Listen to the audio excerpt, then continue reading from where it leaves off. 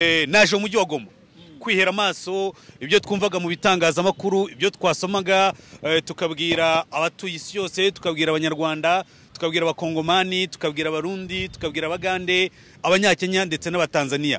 Benshi rero icyatumye nzano namatsiko y'ibyo abantu batobaza atari ko se koko umujyi wa Goma, umujyi wafashwe na M23 uri mu maboko ya M23 koko imirimo irakorwa, abaturage babayeho gute? Ibyo twumva koko ni umujyi ufite isuku, ni umujyi urimo gahunda zitandukanye, ni umujyi abaturage bakora activite zabo.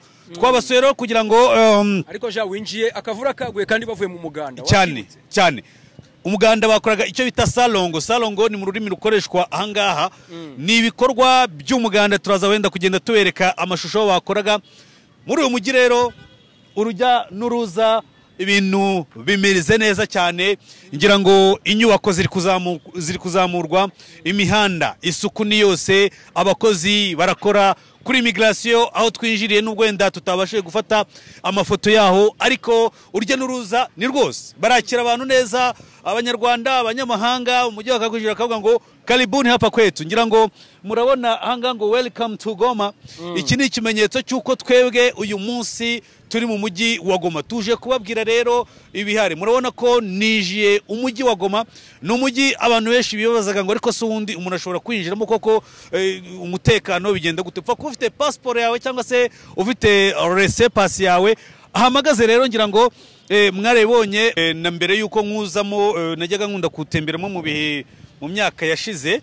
Ni umujyi watemberaga ariko ukabona nyine akavuyo, aho ushobora kunyura ku bashinzwe umutekano ugasanga hari ibyo ari kukubwira batumva, unyuze ku mutekano ugasanga umuntu araguhagaritse yambaye iniforume y'igisirikari akagusaba isigara. Ni ibintu byari biteye ipfunwe, ariko ngira ngo murabibona nubwo uyu mujyi waberagamo imirwano, hari ibintu byavuzwe by'uko imiryango mpuzamahanga, abenshi nk'abakorera umuryango mpuzamahanga nk'abakozi ba UN benshi bari basohotse muri uyu mujyi. Ariko njyewe uko nabibonye, urebye neza activite zongeye gufungura, uretse ibikorwa bimwe na bimwe birimo nk'amabanke, banke nizo nabonye zigifunze, ariko mu by'ukuri inzu z'ubucuruzi zo ziri gukora kandi ibintu bimeze neza. Ngira ngo abenjeniyeri barahari, imiturirwa iri kuzamuka. Hari n'umuntu hoza ambwira ngo uyu mujyi ni ikintu utazi, nuko uri kuzamukamo inyubako umuntu ashobora kubona afite inzu nk'inzu ye yituriyemo, ye nivo nk'eshanu akayituramo n'umuryango we gusa, nta kindi. Nurumva ngira ngo wabonye imodoka ziri ahangaha. Ariko igitangaje nibyo nakubwiraga, kubaka buriya iyo uvuye mu ntambara kubaka biragora, bisaba igihe kirekire cyane. Twebwe mu Rwanda wabonye systeme tugeze ku mupaka aho abantu bafite amafaranga menshi, mirundi y'amadolari, amazayira make n'amafaranga menshi. Nayibonye yara ku mupaka mu bavunjaye bitandukanye n'uyu munsi mu Rwanda uko bimeze, ariko natwe byarabaye ku iposita. Urabizi ko byabaga umuntu yabaga afite amafaranga ari gushaka abantu bavunja, ariko systeme uko igihugu kigenda kigira umutekano, ngira ngo hari ibyubatswe mu Rwanda. Ikindi rega buriya kuki sabaho icyo bita visit Rwanda, nibasura u Rwanda. Abakongomani nabo nibasura u Rwanda, bari muri uno mujyi nibasura u Rwanda, basanzwe banarusura u Rwanda. Imiryango irafunguye ku bakongomani, ku barundi, ku bagande, ku batanzania, ku banyakenya. U Rwanda ni igihugu kimwe ku isi mu bihugu byafunguriye isi yose amarembo. U Rwanda nta muntu ruheza. Abakongomani rero imyumvire nabo bafite yo kumva ko u Rwanda ari umwanzi. Ikindi navuga nanjye kuvuga imyumvire yo kumva ko umuturanyi u Rwanda hariya ari we mwanzi wa Kongo wa mbere, ibyo ngibyo ni ukubeshya. Umwanzi wa mbere wa Kongo ni wa muntu ushaka umutungo kamere w'iki gihugu, ni bya bihugu bikomeye, ntabwo ari bino bihugu by'abaturanyi, bino bihugu bitoya. Ibihugu byo mu burengerazuba bw'isi uyu munsi birakubwira uburyo biguha intwaro kugira ngo wikize umwanzi, nyamara do please uko bagenda bakongerera intwaro ni nko gufata essence ukayisuka mu muriro, biraza gutanga iki? Ibishashi yatanga ikibatsi, hanyuma bibyara iki? Umuriro ukomeye. Urugamba rukora iki? Rurica ntirwubaka, ruratoranya abasivile, abasirikari, abari kururwana bose barugwamo. Ibyo rero ntabwo ari byo rwose dukwiye kuba twifuza. Ngira ngo ubwoba abantu batuye muri uno mujyi bari bafite mbere yo M23 yabafata, ndakubwiza ukuri kuri uri umunyarwanda kwinjira hano twari twaragize ubwoba, ariko uyu munsi turinjira ku neza.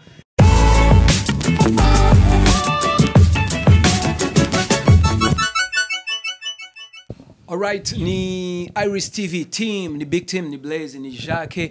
Murabizi ko twabasezeranije ko tuzajya tubakurikirana amakuru hirya no hino. Jacques, umeze ute? Meze neza Blaze. Uyu munsi ngira ngo twaraye Rubavu, ni mu gitondo cya kare ni saa 2 ariko twaraye ahantu bita Kigufi Hill Agape Resort. Ngira ngo ha hantu n'ubudasa bwa hospitality. Blaze. Ni ku Kivu, ni ukuvuga ngo ni ku mazi, cyo byo bita mazi. Ako jarika nkubaze. Kuki udakora ubukwe? Ku Kivu. Kuki udakora ubukwe? Zabukorera hanga. Hoya. Nuvuga ngo hano hantu wenda tutitaye kuri izi menu zabo, tutitaye kuri service nziza. Hari ikintu bita sale y'ubukwe ihendutse.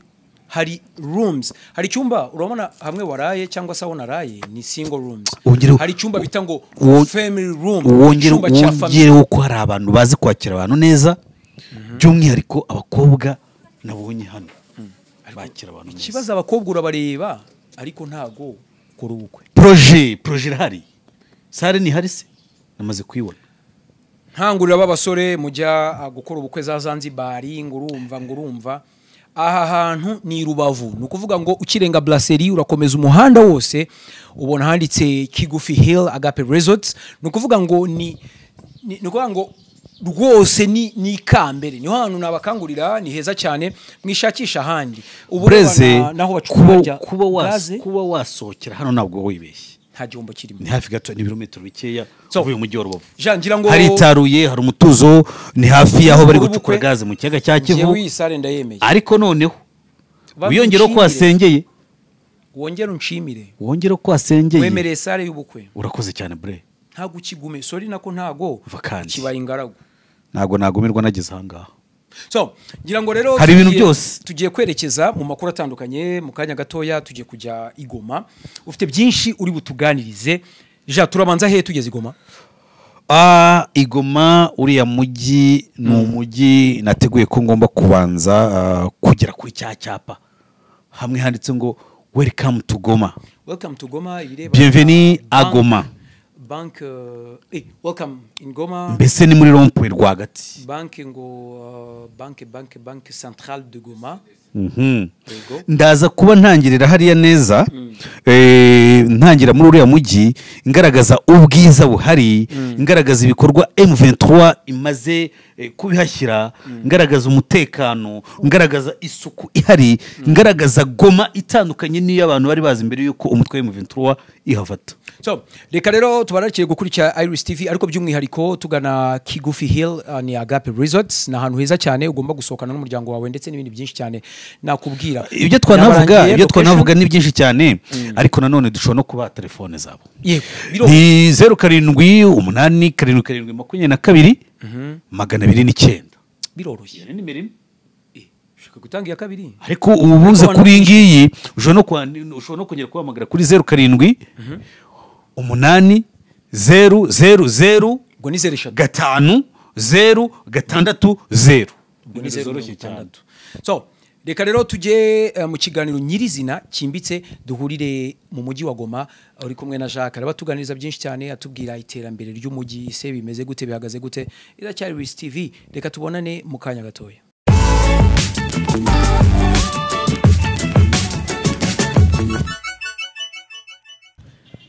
Turabasuje cyane, tubifurije ibihe byiza abakunzi ba Iris TV, by'umwihariko abanyarwanda, abakongomani mwese abumva ikinyarwanda, amjambo, abakongomani bavuga igiswahili, turi bamwe, abarundi, abashingana, abanyakenya, abantu bose bakoresha ururimi. Reka mbabwire ko ari Jacques n'ubundi nk'ibisanzwe. Murabizi stand up yo yahageze ubundi biba ari ibintu bya danger. Uyu munsi ari Igoma ni hanjyanye. Jacques aribu. Blaze, ngira ngo nari ntaratangirana igitwenge nk'iki ngiki, ariko nanjye naje mu mujyi wa Goma kwihera amaso ibyo twumvaga mu bitangazamakuru, ibyo twasomaga, tukabwira abatuye isi yose, tukabwira abanyarwanda, tukabwira abakongomani, tukabwira abarundi, tukabwira abagande, abanyakenya ndetse n'abatanzania. Benshi rero icyatumye nza hano n'amatsiko y'ibyo abantu batobaza, atari ko se koko umujyi wa M23, umujyi wa Goma, umujyi wafashwe na M23 uri mu maboko ya M23, koko imirimo irakorwa, abaturage babayeho gute? Ibyo twumva koko ni umujyi ufite isuku, ni umujyi urimo gahunda zitandukanye, ni umujyi abaturage bakora activite zabo. Twabasuye rero kugira ngo ariko winjiye akavura kaguye kandi bavuye mu muganda cyane. umuganda bakoraga icyo bita salongo. Salongo ni mu rurimi rukoreshwa ahangaha, ni ibikorwa by'umuganda. Turaza wenda kugenda tubereka amashusho bakoraga muri uyu mujyi. Rero urujya n'uruza, ibintu bimeze neza cyane, ngira ngo inyubako ziri kuzamurwa, imihanda isuku ni yose, abakozi barakora kuri immigration aho twinjiriye, n'ubwo wenda tutabashije gufata amafoto yaho, ariko urujya n'uruza ni rwose, barakira abantu neza, abanyarwanda, abanyamahanga. Umujyi wakagujira akavuga ngo karibuni hapa kwetu. Ngira ngo murabona ahanga ngo welcome to Goma. Iki ni ikimenyetso cy'uko twebwe uyu munsi turi mu mujyi wa Goma. Tuje kubabwira rero ibihari. Murabona ko nijiye umujyi wa Goma. Ni umujyi abantu benshi bibazaga ngo ariko se ubundi umuntu ashobora kwinjiramo koko umutekano bigenda gute? Upfa kuba ufite passport yawe cyangwa se ufite laissez-passer yawe. Ahamagaze rero ngira ngo mwarebonye ubwo uyu mutwe wa M23 wafataga uyu mujyi wa Goma. Aha ni hamwe muhari hari abasirikari batandukanye, ndetse harimo na Colonel Wiringoma, nawe ngira ngo baramubonye. Abavugizi ba M23 bose ngira ngo bageze ahangaha, ba Colonel nanga bageze ahangaha.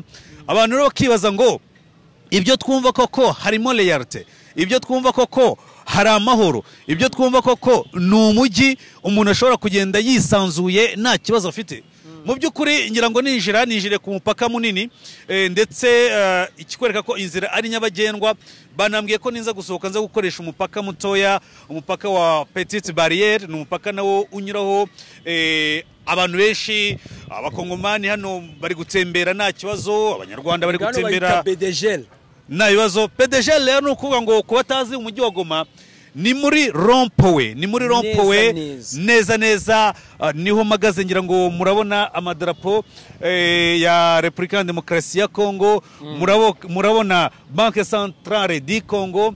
Hari hakurya ni ku musozi wa Mogoma, amazu ari kuzamukwa, ngira ngo abakora imirimo yabo, taxi voiture, ibintu byose n'amataxi asanzwe, abantu baragenda, ubucuruzi buri gukorwa muri rusange. Ahantu rero reka nkubwire, ngira ngo babonye ko hakiri abakonvoyeri.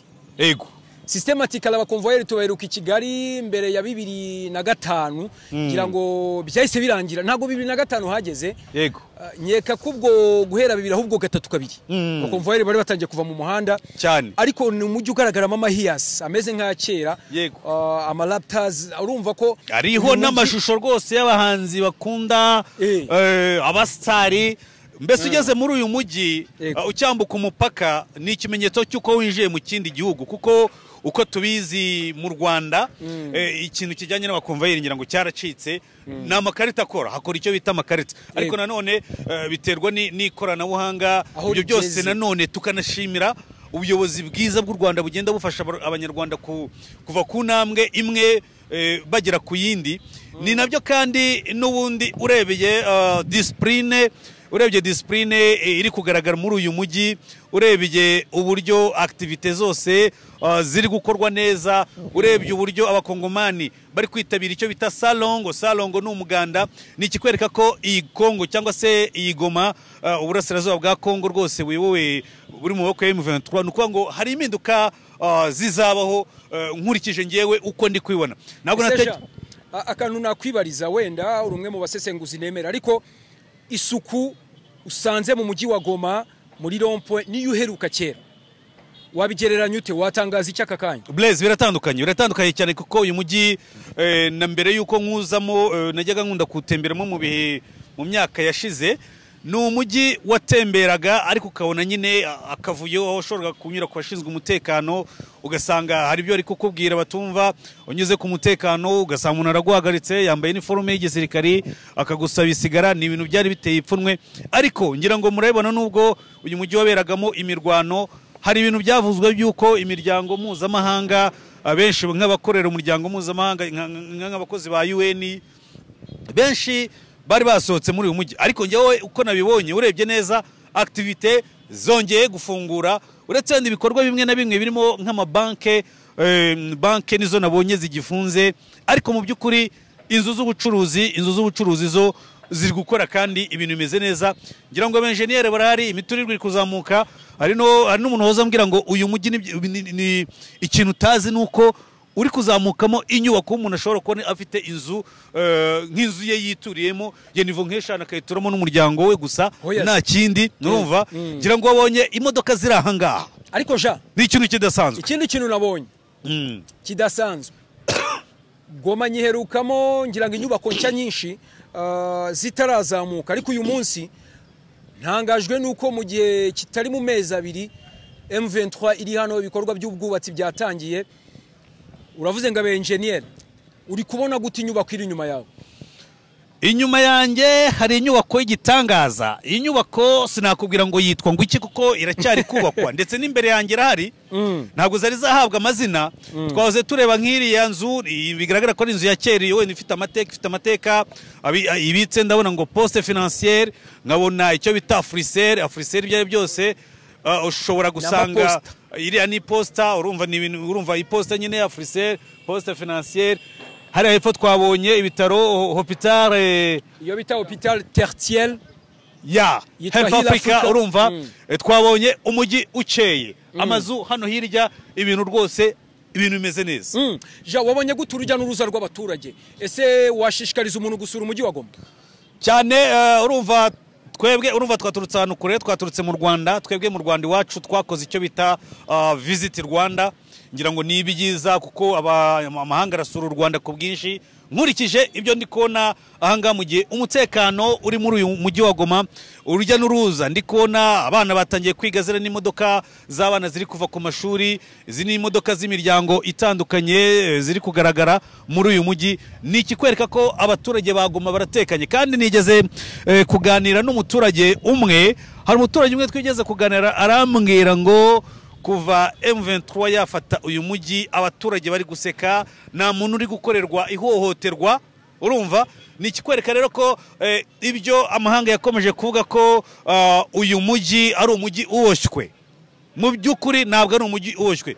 Nigeze kumva mu minsi ishize Minisitiri w'ububanyi n'amahanga wa Kongo akaba n'umuvugizi wa guverinoma ya Kongo Patrick Muyaya avuga ko abakongomani bose n'abantu bose bari mu mujyi wa Goma na Bukavu bafashwe bugwate, bameze nk'abo bari muri gereza, bafunzwe n'igisirikare cy'u Rwanda, badatinya kuko ko ari RDF. Ariko ngira ngo aho twanyuze uhereye ku mupaka twabonye abasirikari ba M23, umutwe wa M23, abasirikare ubona basabana n'abaturage, abasirikare ubona basuhuza abaturage, bakaganira n'abaturage. Byumvikane rero ko urukundo abaturage bahangaha, abaturage ba Goma bafitiye umutwe wa M23 uragaragarira mu bwisanzure aba bakongomani bafite. Ntabwo abakongomani baba batumva intego z'umutwe wa M23, ntabwo abakongomani baba batumva impamvu umutwe wa M23 watangije urugamba kuri Goma cyangwa se kuri Kongo ngo hanyuma tubone abantu bari kuzamura ibikorwa nk'ibi ngibi. Ibikorwa nk'ibi ngibi ni ikimenyetso cy'uko bamaze kwizera umutekano, bamaze kwizera ubuyobozi bwabo. Ngira ngo uyu mujyi mu minsi yashize ubwo haberagamo imirwano bikaza kurangira umutwe wa M23 utangaje ko ubufashe mu buryo bwuzuye, bahise bashyiraho ubuyobozi. Uyu mujyi duhagazemo ni mairie, ni umujyi wa Goma. Ukiri ku buyobozi, yego, reka nkubwira akantu kankanze. Ubushize ubwo meruka muri Goma waparikagaho ubonye byabaga ari ugucucika. Uyu munsi nta movezare z'i Kigali z'i Rwanda, navuga ko tujya tuvuga ngo dukore batwigireho. Ubaka kanya si umukongomani uvuga igiswahili cyangwa uvuga ikinyarwanda, buri wese ari gutinya guparika habonye. Navuga ko ari ikintu cyiza. Ubushize tuza ambutiyaje ari ambutiyaje, uyu munsi uri kubibona. Ngira ngo abenshi rwose baratashye, bari mu mazu yabo, bari mu cyo nakwita urujya n'uruza, bari gutembera, turi muri weekend. Ariko ikintu cya movezare wabonye ko bakirwanyije. Yego, nibyo koko iki kintu cya movezare barakirwanya, ariko iyo navuze ko iyo umaze gufata ubutegetsi hari ibintu byinshi ugomba kwitaho. Ntabwo ibyo usanze ugomba guhita ubisenya. Byagiye bigwa kenshi, cyangwa se n'abakongomani ubwabo barabyivugira ko igihugu cyabo ni igihugu bizwi ko kirimo akavuyo kenshi, kuko uko ukurikije mu Rwanda niyo wakwambuka hano hirya i Rubavu ntushobora kubona umumotari utwaye umugenzi kuri moto atambaye kasike, ariko hano biracyagaragara. Ibyo byo guparika aho babonye ngira ngo muri no mihanda hamaze kujyamo na polisi ishinzwe kwereka abatwara ibinyabiziga ko ibyo bakora ari amakosa. Ibyo byose ni imyumvire izagenda ihinduka. Muri uyu mujyi ngira ngo nta hantu ugeze ubona agacupa k'umwanda mu gihe mu minsi yashize ariko byari bimeze. Ibyo biri guturuka kuki?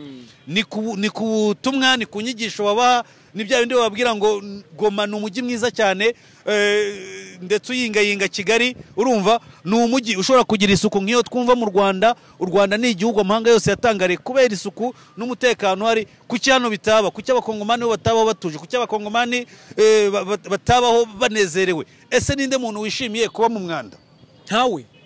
Ibi nabyo barabishinja u Rwanda iyi suku.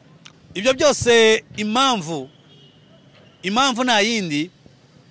U Rwanda nk'igihugu cyagiye gifatwa nka nyirabayazana, nk'igihugu cyafashwe nk'igiteza umutekano muke.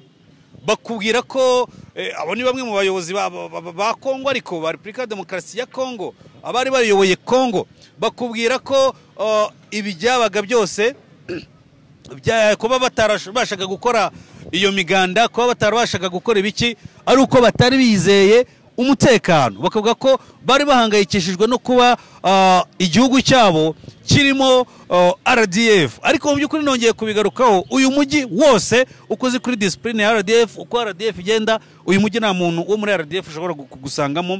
Ariko ababivuga bo babivuga ko inyungu zabo ni inyungu za politike ndetse amahoro. Ariko abaturage batangiye no kwizera ko amahoro koko ashobora kuba ari kugerwaho mu buryo bwuzuye. Ariko nanone bagashimangira cya kintu abantu bo muri SADC, muri EAC, ikintu ibihugu bya Union Européenne bihora bivuga, n'ibindi bihugu byatangiye gufatira u Rwanda ibihano bivuga ngo intambara ya Kongo kugira ngo irangire mu buryo bwiza nuko habaho ibiganiro. Kandi leta ya Kongo ikemera gushyikirana n'umutwe wa M23.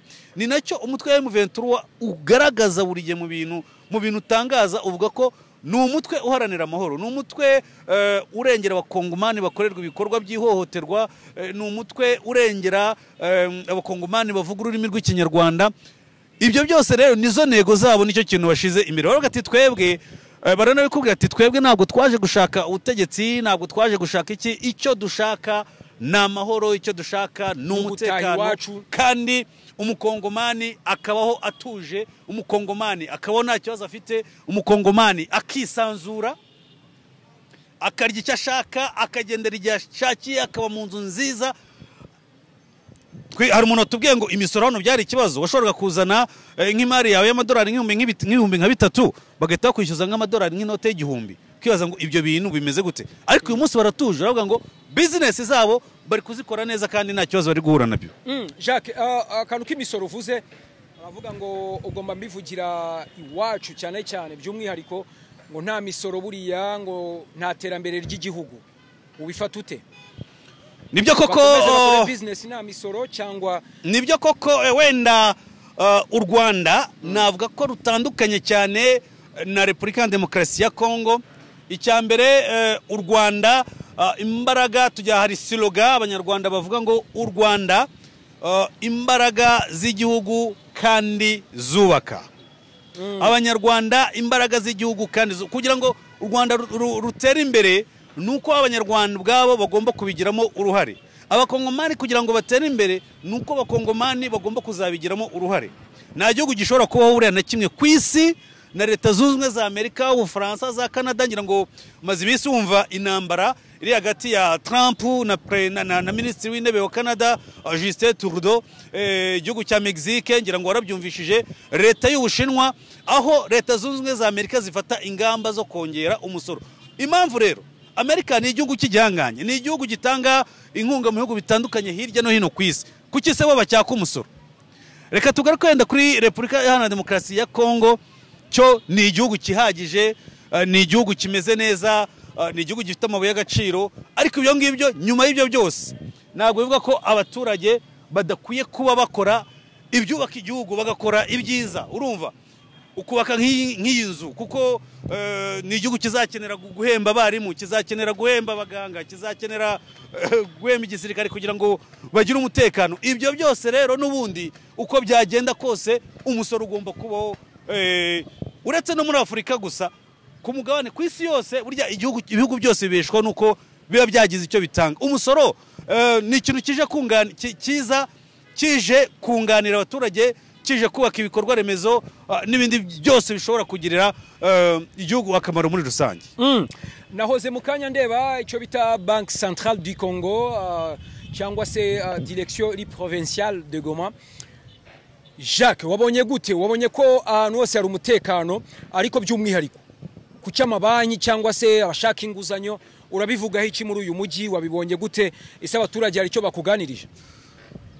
Kuri icyo ngicyo rero ikijyanye n'amabanki uriya, iyo habayeho ikintu nk'iki ngiki, imirwano, kurwanira impinduramatwara, ko hari ibintu bishobora guhinduka, icya mbere na mbere kwanza abaturage babanza bumve ko batekanye, umutekano ubanza ugaruke, abivuza bivuze, abiga bige, hanyuma nk'uko n'izindi serivisi ziri kugenda zihinduka, nk'uko mu muhanda harimo polisi ishinzwe gucunga umutekano wo mu muhanda, urumva igihe noneho kiraza kugera, urumva na serivisi zindi za banki zageraho zikora uko byagenda kose, kuko n'ubundi abantu baranga bakoresha amafaranga, bakoresha amafaranga bakuye na yari ari mu banki n'ubundi, ariko kubera ko neza buriya igihugu ku buri banki kugira ngo zikore, buri igihugu kigira icyo bita icyo twavuga ko kigira banki nkuru y'igihugu. Banki nkuru y'igihugu niyo ibigomba guseriva cyangwa se igakorana n'izindi banki ziciriritse, cyangwa nako izindi banki ziba ziri mu gihugu muri rusange.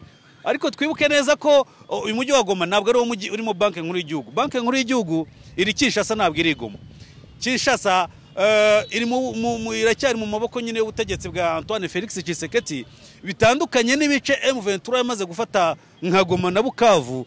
Kandi muzi neza ko kugeza amagingo yangaya ubutegetsi bwa Kinshasa ni uremera umutwe wa M23 nk'umutwe wafashe bino bice, urumva baracyabyitirira u Rwanda. Ngira ngo hari ibintu byinshi byatangiye gufungwa, ibintu byinshi byatangiye gufungwa nk'imyaka aho Kinshasa yatangiye kubaninga cyangwa se kubivuga ngo ibintu bituruka mu mijyi ya Goma, bituruka mu mujyi nka Bukavu ntabwo byemerewe kujya i Kinshasa. Ibyo ni plan strategique wenda z'amategeko bari gushyiraho kugira ngo bananize umutwe wa M23. Ariko uko bizagenda kose, niba ari umutwe uri kuzana impinduka, niba ari umutwe uri kugira byinshi uhindura, niba twamaze kubona ko mu muhanda ibintu ari munange nk'uko abagande bajya bivuga, sekretari nzima, polisi iri gucunga umutekano, ibintu byose bikorwa, amaduka yose ari gufungura, aba baturage bahanga barakora, abaturage baba bafite amafaranga. Blaise, ndakubwiza ukuri ko n'izi banki mu gihe gitoya zizaba zimaze gufungurwa. Ikindi kintu nakwibariza, wabonye uyu mujyi utengamaye umeze neza wa Goma, ari iki gisabwa kugira ngo wimprovinge cyangwa se ubu mujyi noneho wifuzwa n'isi yose? Igisabwa nta kindi Blaise, nuko abaturage bakomeza kumvira ubuyobozi buriho, abaturage bakomeza kugenda bumvira ubuyobozi buriho, bakumvira amabwiriza, bakumvira amategeko, bagakorana nabwo. Ngira ngo mu byo M23 yakoze yasabye igeze muri umujyi, avuga ngo abantu bishe muri uyu mujyi wa Goma barimo FARDC banze gutanga intwaro, barimo Wazalendo, barimo FDLR kuko baracyahari bihishe muri uyu mujyi bataratanga intwaro.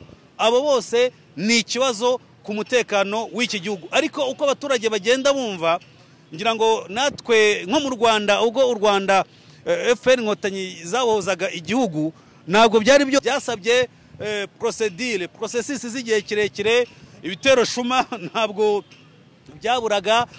Iyo mitwe ya FDR abantu bari bakoze ibyaha by'ubwicanyi mu Rwanda bakomeje n'ubundi kugenda bagaba ibitero. Na M23 rero ntabwo ahanga, ntabwo twavuga ngo ibintu biri perfect, ibintu bimeze neza ngo yamaze kwirara. Oya, ni urugamba izakomeza kurwana, ariko nanone ikomeza kugenda yigisha abaturage, inababwira ko ibihe bibi babayemo nk'uko n'ubundi yabibasezeranije birangiye. Amarira abakongomani barize mu gihe cy'ubutegetsi bubi burangiye, ariko nanone bagasaba, urumva nka M23 ikomeza ko ati twebwe icyo tugamije si ubutegetsi, si imyanya ikomeye mu butegetsi, si iki. Turifuza amahoro ku bakongomani bose, turifuza amahoro ku bakongomani baravuga ururimi rw'ikinyarwanda, turifuza amahoro ku bakongomani bakorerwa ibikorwa birimo ujura, birimo za Wazalendo n'indi mitwe yose ibabuza uburenganzira bwabo, bakaba badatekanye. Nekereza ko ibyo byose nibimara kugerwaho, abantu bagahindura imyumvire, ari abaturage, ndavuga abaturage bagahindura imyumvire, kuko umutwe wa M23 wo ufite intego zawo, ufite n'icyatumye itangiza urugamba, aho uyu munsi navuga ngo ibintu bimeze neza. Ibyo rero n'ubundi ni amasomo y'igihe kirekire abagize uyu mutwe bazakomeza kugenda bigisha abaturage bo muri uyu mujyi wa Goma, abakongomani muri rusange, kugeza igihe bazumva ko ubwabo aribo bagomba kwiyubakira igihugu bidasabye imbaraga z'amahanga, bidasabye ko abanyamahanga aribo baza kubakira igihugu. Ngira ngo uribuka neza umugabo bita Joseph Kabila, numwe wahoze ayobora iki gihugu, niwe wasimburanye na Antoine Felix Tshisekedi.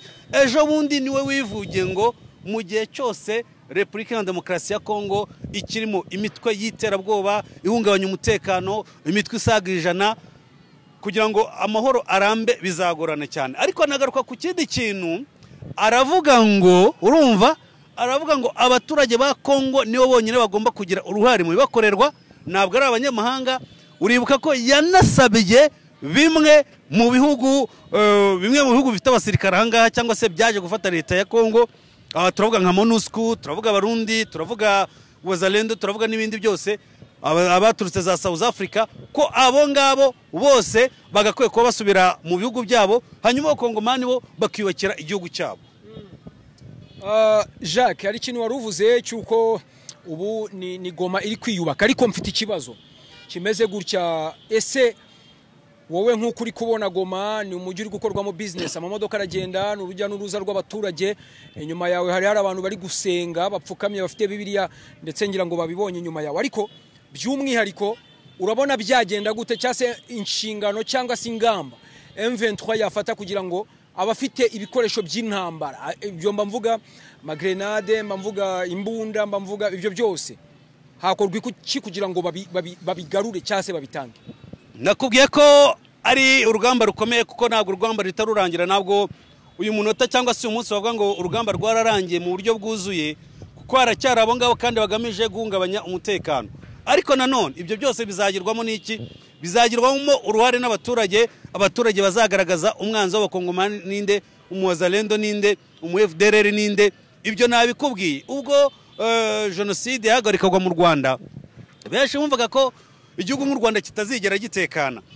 Hari imbunda nyinshi zari ziri mu baturage, amagrenade, ariko uko leta FPR Inkotanyi yagiye igenda yigisha abaturage bagiye bagenda bahindura imyumvire, n'abari barahishe izo mbunda, izo ntwaro barazigarura.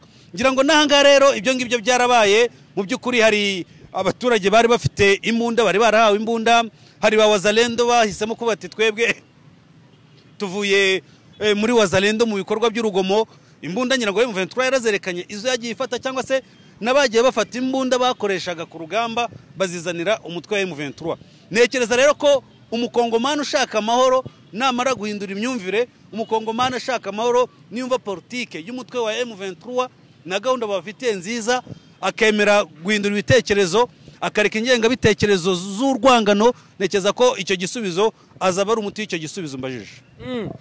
W'icyo kibazo umbajije. Ikibazo nari nkubajije, ngira ngo kugira ngo twihutishe ibintu, n'ubundi updates turakomeza tuzibaha kuko twahageze, kandi dufite umwanya navuga ko uhagije wo kuba turi muri uyu mujyi. Nabonye ari umujyi kabisa uri secured financially, abantu bafite amafaranga. Wabibonye abantu bafite amafaranga ese bari kuyakura? Igitangaje nibyo nakubwiraga, kubaka buriya iyo uvuye mu ntambara kubaka biragora, bisaba igihe kirekire cyane. Twebwe mu Rwanda wabonye systeme tugeze ku mupaka, aho abantu bafite amafaranga menshi, mirundi y'amadolari, amazayira make, n'amafaranga menshi nayabonye yara ku mupaka mu bavunjaye. Bitandukanye n'uyu munsi mu Rwanda uko bimeze, ariko natwe byarabaye ku iposti. Urabizi ko byabaga umuntu yabaga afite amafaranga ari gushaka abantu bavunja, ariko systeme uko igihugu kigenda kigira umutekano, ngira ngo hari ibyubatswe mu Rwanda. Ikindi rega buriya kuki sabaho icyo bita visit Rwanda, nibasura u Rwanda. Abakongomani nabo nibasura u Rwanda, bari muri uno mujyi nibasura u Rwanda, basanzwe narusura. U Rwanda imiryango irafunguye ku bakongomani, ku Barundi, ku Bagande, ku Tanzania, ku Banyakenya. U Rwanda ni igihugu kimwe ku isi mu bihugu byafunguriye isi yose amarembo. U Rwanda nta muntu ruheza. Abakongomani rero imyumvire nabo bafite yo kumva ko u Rwanda ari umwanzi. Ikindi navuga nangiye kuvuga imyumvire yo kumva ko umuturanyi u Rwanda hariya ariwe mwanzi wa Kongo wa mbere, ibyo ngibyo ni ukubeshya. Umwanzi wa mbere wa Kongo ni wa muntu ushaka umutungo kamere w'iki gihugu, ni bya bihugu bikomeye, ntabwo ari bino bihugu by'abaturanyi, bino bihugu bitoya. Ibihugu byo mu burengerazuba bw'isi uyu munsi birakubwira uburyo biguha intwaro kugira ngo wikize umwanzi, nyamara do please uko bagenda bakongerera intwaro ni nko gufata essence ukayisuka mu muriro, biraza gutanga iki? Ibishashi yatanga ikibatsi, hanyuma bibyara iki? umuriro ukomeye. Urugamba rukora iki? Rurica ntirwubaka, ruratoranya. oya, abasivile, abasirikari, abari kururwana bose barugwamo. Ibyo rero ntabwo ari byo rwose dukwiye kuba twifuza. Ngira ngo ubwoba abantu batuye muri uno mujyi bari bafite mbere yo ko M23 yabafata, ndakubwiza ukuri kuri uri umunyarwanda kwinjira hano twari twaragize ubwoba, ariko uyu munsi turinjira ku neza. Iki ni ikimenyetso cy'uko uyu mutwe wafashe iki gihugu. Ikindi nuko mbwira amahanga wenda abantu batwumva badakwiye gukomeza kumva ko ari inyeshyamba, ari abantu badafite icyo baharanira. Ngira ngo winjiye hano nawe ukubuza gusohokana no ukubuza kwinjira.